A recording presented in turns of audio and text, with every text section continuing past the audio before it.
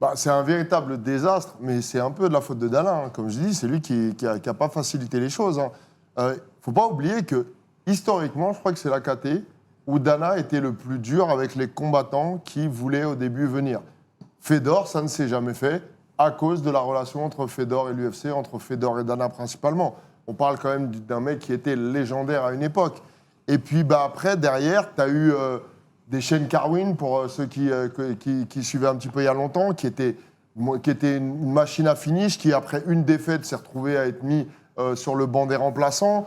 Il y a, comme je l'ai dit, Brock Lesnar, qu'on a absolument voulu mettre en avant, quitte finalement à ce que d'autres combattants restent un petit peu en retrait ou sur le carreau alors qu'il y avait des mecs méritants. Donc ouais, en fait, dans cette KT, il n'y a rien qui va. Et puis, on le voit là, les derniers en date, c'est quand même le cas Ngannou, où tu as un mec qui est probablement le champion de la KT le plus excitant qu'on voit depuis longtemps. Et finalement, il n'est pas renouvelé. Et il se barre et il a du succès ailleurs. Et toi, derrière, tu as ramené qui? Ante Delija, tu as ramené Talisson Teixeira. Ça tourne en rond. Et les beaux noms que tu avais et les mecs que tu aurais pu encadrer pour les faire avancer progressivement, tu ne le fais pas. À voir ce que donnera Gable Stevenson. À voir éventuellement si le chouchou d'Anès, Robles d'Espagne, revient un jour des enfers pour éteindre des gens.